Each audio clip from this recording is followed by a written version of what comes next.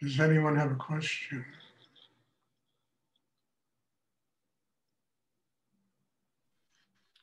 I have a question, Stuart. Yes.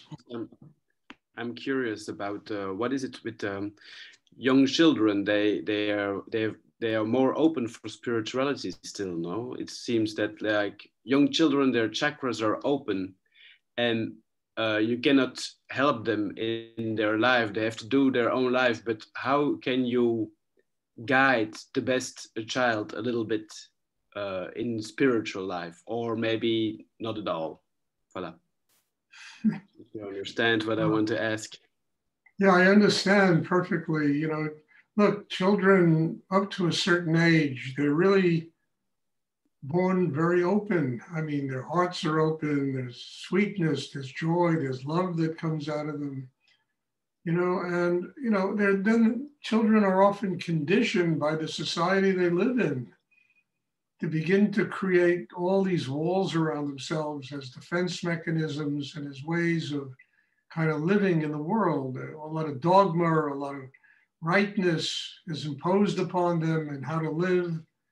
And it's, you know, it closes them up. It doesn't enable, you know, it's really a tragedy, you know, because kids live in the moment. They live in the present. They don't sit around thinking about everything, and they just respond to everything as it's given to them in the moment. And this is a wonderful energy. How to guide that? I can only say, don't create a lot of dogma, which for them to live by. Just love them as they are and give them the freedom of the expression of who and what they are to grow up to become what they're supposed to do in life. I don't think there's a better way, you know? I mean, I had that with my daughter. She said, well, Daddy, you know, you never judge me. You just say, well, what did you learn from the situation? You know, and I not only try to approach children that way, but everybody.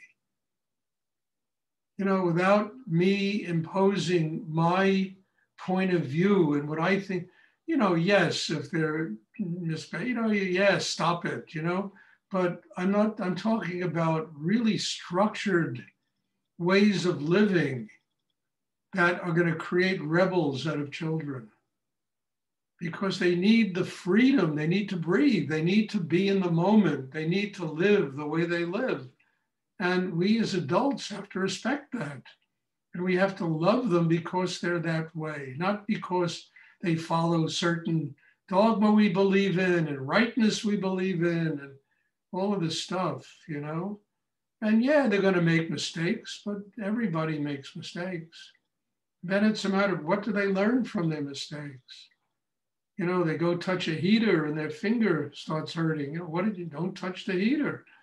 You know, not a whole long lesson on the right way to live. And eventually children will find their own way.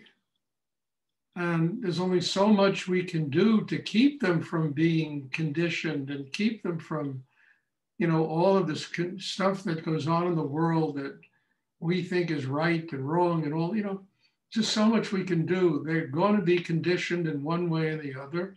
And then eventually they will have to find a path that will help them to free themselves of all of that conditioning. So, I mean, look, my approach to children is thank you for being a kid, you know, and teaching me how to live in the moment. Thank you for being exactly what you are.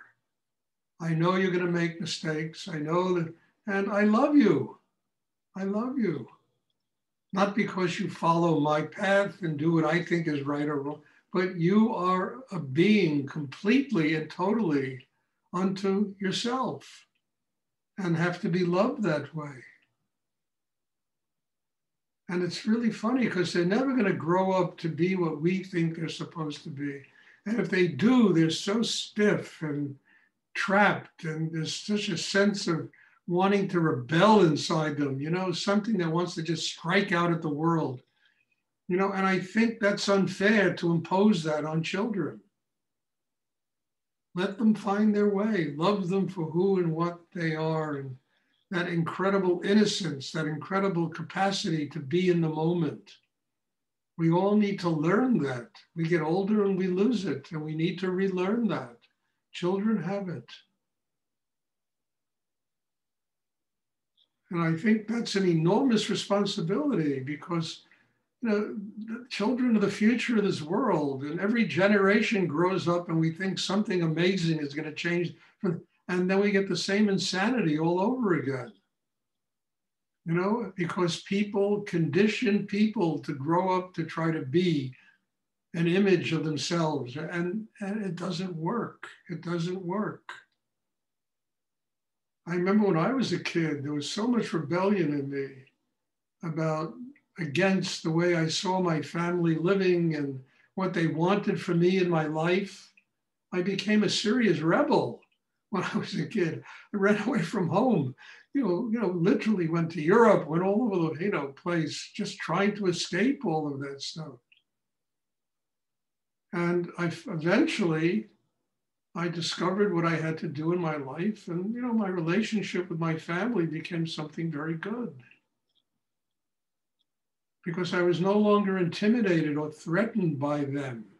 I found what I needed to do with my life, and it was so different than anything my family had in mind for me that it was amazing. At first it created a rebel, and then it created a big person who was able to love them no matter what they believed in.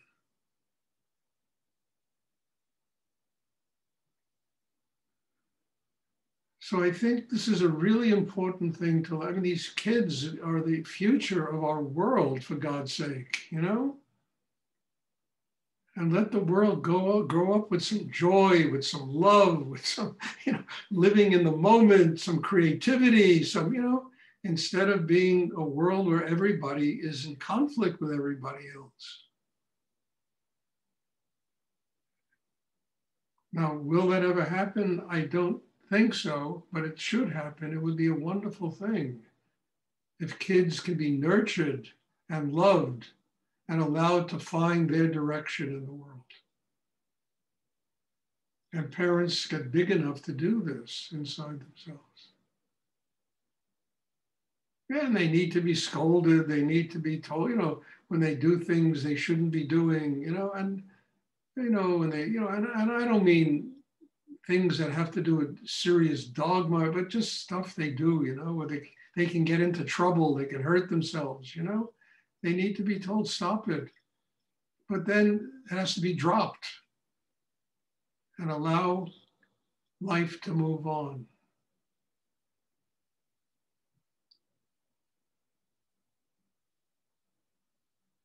I can only talk from my own experience. And my experience as a young person, who, God and the universe had something for me to do here. And my family wanted me to do something else. And I became a rebel because I knew that there was something in me that had a real purpose of being on this planet, not to just become a doctor or a lawyer and live in some house in the suburbs and, have 3 cars and 7 television sets. And there had to be something more in life. And based on what my family wanted for me, I had to become a rebel. And then I had to grow up to learn how to love them.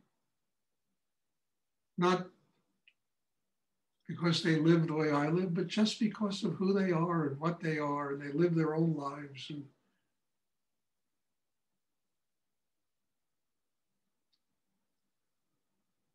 I hope this is clear. This is a very difficult subject because we all go through it. And it reaches a point in life when each and every one of us has to learn how to truly love unconditionally. Not conditionally, but unconditionally. Because every person, every one of our children, our parents, our cousins. They're all different and unique people. And none of them are going to fit into the way we think the world is supposed to be.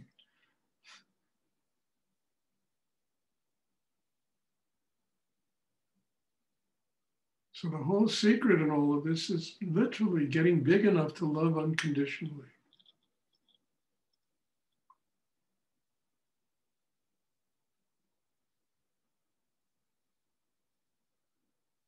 And children are an amazing test. They will test you every day of your life. Patience, you know, how centered you are, how balanced you are in yourself. You know, really, just as parents are that kind of a test for children, you know.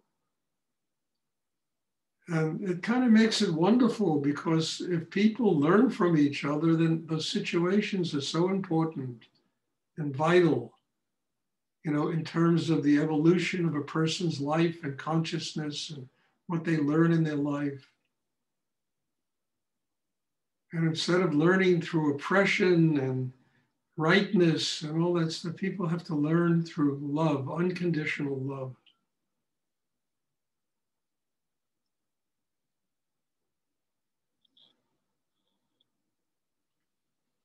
Does anyone else have a question they would like to ask? Thank you. You're welcome. You have a beautiful daughter, you know? You're a very sweet, beautiful child, and I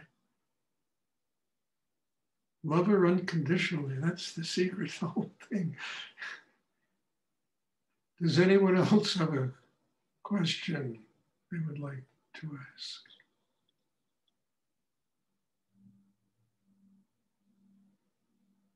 I mean, today I went shopping with my daughter for Thanksgiving. And my God, the supermarket was like riding on a subway train, you know, during rush hour. There were so many people there, you know. But it was fun. We laughed, we had fun. We filled up carts with food. And, you know, it was really just a fun thing to do. I really enjoyed it.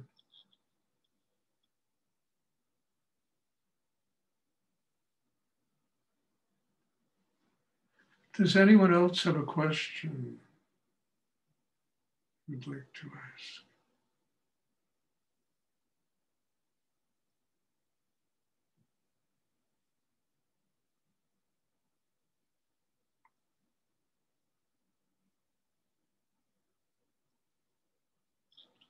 Okay, so we'll have meditation on Tuesday.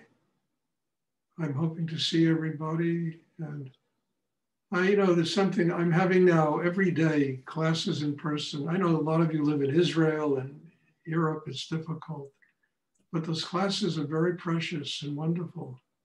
And there's not a lot of people, 2 people, 3 people, 1 person, something, you know, but it's every day. And it seems like my teaching schedule just keeps getting bigger and bigger. And I don't mind it, because this is what my purpose is here, to give away this amazing thing that I learned from my teacher, to just give it away. I can't keep it. I have to give it away. So whatever means and whatever work I have to do this is just welcome with tremendous gratitude and tremendous joy, tremendous love.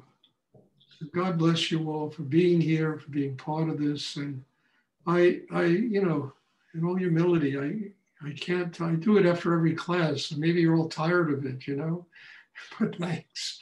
And I think it's just an extraordinary thing that we can share this type of work together and do this kind of work together. So bless you all. I hope to see everyone on Tuesday, and have a wonderful evening, a wonderful morning, a wonderful afternoon, wherever you are. Bless you. Thank you. Thank you. Thank you. You're welcome.